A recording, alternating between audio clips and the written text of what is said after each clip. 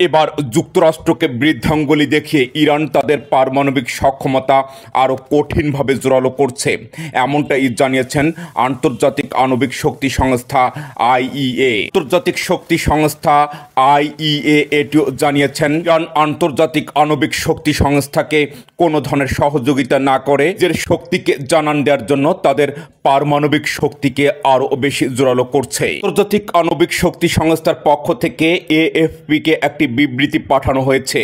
এর থেকে জানা যায়, আন্তর্জাতিক আণবিক সংস্থা তাদের সদস্যদের বলেছে যে নাতানজ ও ফেরদৌতে আণবিক কেন্দ্রগুলোকে আরও কঠিনভাবে ক্যাসকেড মজুত করেছে ইরান। বিষয়টি সন্দেহাতীতভাবে তেহরানের পক্ষ থেকে আন্তর্জাতিক আণবিক শক্তি সংস্থাকে জানিয়েছে ইরান। ইউরেনিয়াম সমৃদ্ধকরণে ব্যবহৃত সেন্ট্রিফিউজ সহ বিভিন্ন যন্ত্রপাতিকে একসঙ্গে ক্যাসকেড বলা হয়। ইরানের এমন তৎপরতা অনেক বড় ধরনের জটিল প্রক্রিয়া, প্রতিপক্ষকে ঘায়েল করার জন্য এমন প্রক্রিয়াটি হাতে নিয়েছে, এমনটি জানিয়েছেন কূটনৈতিক সূত্র।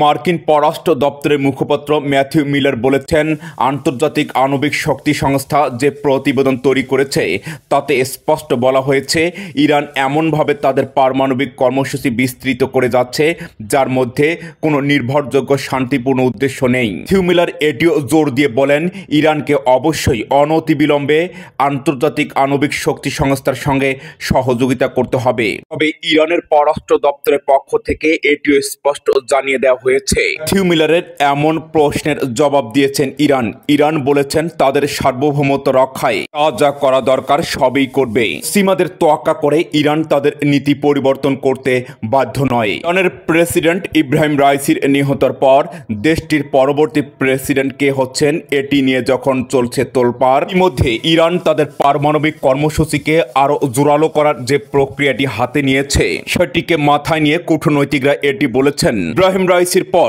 ইরানের পরবর্তী প্রেসিডেন্ট যে ইসরায়েল এবং যুক্তরাষ্ট্রের জন্য আরও বেশি ভয়ানক হবে এটির কেবল নমুনা দেখাচ্ছে দেশটি। অন্যদিকে ইরানের সর্বোচ্চ ধর্মীয় নেতা আয়াতুল্লাহ আলী খামেনি এটি স্পষ্ট করে বলেছেন, সার্বভৌমত্ব ও মুসলিম বিশ্বের স্বার্থ রক্ষায় ইরানের পরবর্তী প্রেসিডেন্ট হবে ইব্রাহিম রাইসির চেয়ে আরও বেশি ভয়ানক। ইসরায়েল যখন ফিলিস্তিনের গাজায় নারকীয় হত্যাকাণ্ড চালাচ্ছে, এই মধ্যে ইরানের প্রয়াত প্রেসিডেন্ট ইব্রাহিম রাইসির নিহতের পর ইসরায়েলের বিপক্ষে ইরান কি ধরনের নীতি পরিবর্তন করতে পারে কোন প্রশ্নের উত্তর পাওয়া যাচ্ছে খুব সহজেই। ইরানের একদিকে পারমাণবিক কর্মসূচিকে জোরদার, অন্যদিকে দেশটির সর্বোচ্চ ধর্মীয় নেতা আয়াতুল্লাহ আল খামেনির ঘোষণা ও মুসলিম বিশ্বের স্বার্থ রক্ষায় যে যুক্তরাষ্ট্র কিংবা ইসরায়েলকে কোনো ধরনের ছাড় দেবে না সেটি স্পষ্ট ব্যাখ্যা পাওয়া যাচ্ছে। বিষয়টি তখনই স্পষ্ট হয়েছে যখন ইরানের পারমাণবিক কর্মসূচিকে আরও জোরদার করার জন্য প্রক্রিয়া হাতে নিয়েছে ইরান।